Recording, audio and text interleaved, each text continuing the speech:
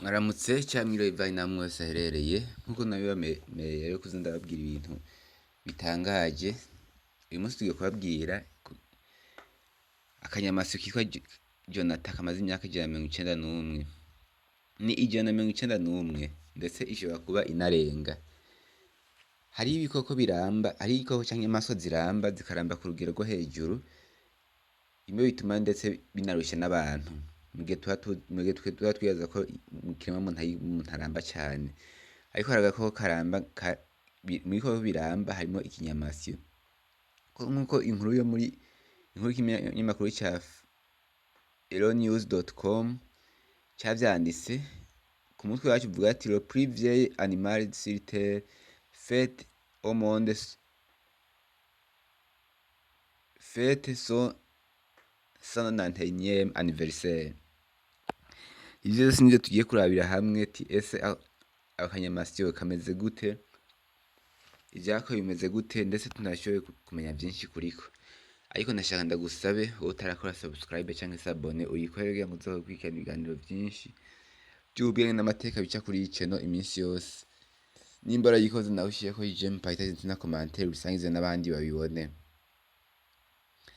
Bisanzwe bimenyerewe ko akanyamasyo tortue canke tortoise ari imwe mu nyamaswa zikunda kuramba cane. Ariko ikinyamasyo kitwa Jonathan bitiriye izina rya Jonathan gikomeje gutangaza abantu benshi, kuko mu kugeza ubu Jonathan niyo nyamaswa ikuze cane kurusha izindi kw'isi. Amateka agaragaza ko ikinyamasyo bise Jonathan cavuze mu 1832 kivukira muri Afrika y'Uburasirazuba canke East Africa, gusa inyuma caje kujanwa ku kigwa citiriwe Saint Helene canke Umweranda Helene kiri mw'ibahari ya Atlantique canke Atlantic Ocean. Ikinyamasyo c'imyaka 191 gifatwa nk'ikidasanzwe kuko kiri mu binyamasyo bike vyashoboye kuramba igihe kinini, inyuma y'ikindi kinyamasyo bise izina rya Adwaita canze amateka yo kubaho imyaka 156. Iki kinyamasyo Jonathan gifise uburebure bw'imetero 1 na santimetero 72 ndetse gipima ibiro 250. Iki kinyamasyo kirubashwe cane kandi kirakunzwe muri iryo zinga rya Sahel naho gisanzwe kiri, kuko gifatwa nk'itunga ridasanzwe, gifatwa nk'itunga ry'iryo zinga nyene. Mu 2022 niho abagitunze bagihimbarije isabukuru birthday canke anniversaire, kuko cari gikwije imyaka 190 kumva ko cavutse mu 1932 cari gikwije imyaka 190.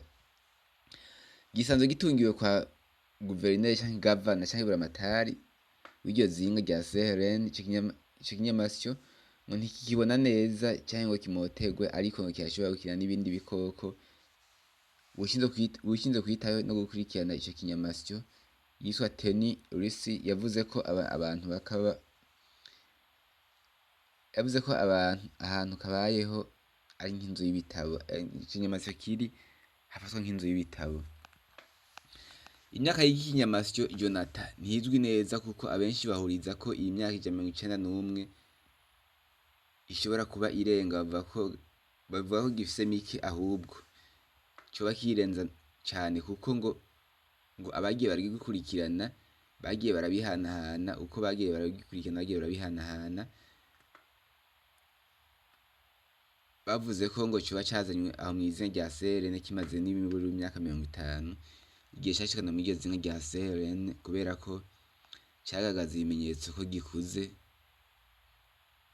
Kubwo kumara imyaka myinshi, ico kinyamasyo Jonathan vyatumye candika mu bintu bifise uduhigo vyisangije ari nka Guinness World Record, ndetse banagikurikirana umunsi ku munsi. Gisanzwe kiba mu nzu yitwa Plantation House, ndetse gifatwa nk'itunga ry'igihugu richesse nationale. Jonathan asanzwe ari ikinyamasyo c'ikigabo gifatwa nk'itunga cy'igihugu kuko kimaze n'imyaka myinshi. Ese baribaza ko gishobora kumara imyaka 190 irenga ndetse kikanayirenza? Shaka kuja muri commentaire ukatubwiye. Ndashaka ndagusabe utarakora subscribe canke s'abone uyikore kugira ngo uzokurikirana ibiganiro vyinshi biryoshe ndetse vy'ubushakashatsi vy'ubwenge bica kuri iyi channel iminsi yose. Nimba warayikoze nawe ushireko j'aime, partage na commentaire hama unabisangize n'abandi bashishikaye kumenya izi nkuru. Murakoze, bye bye.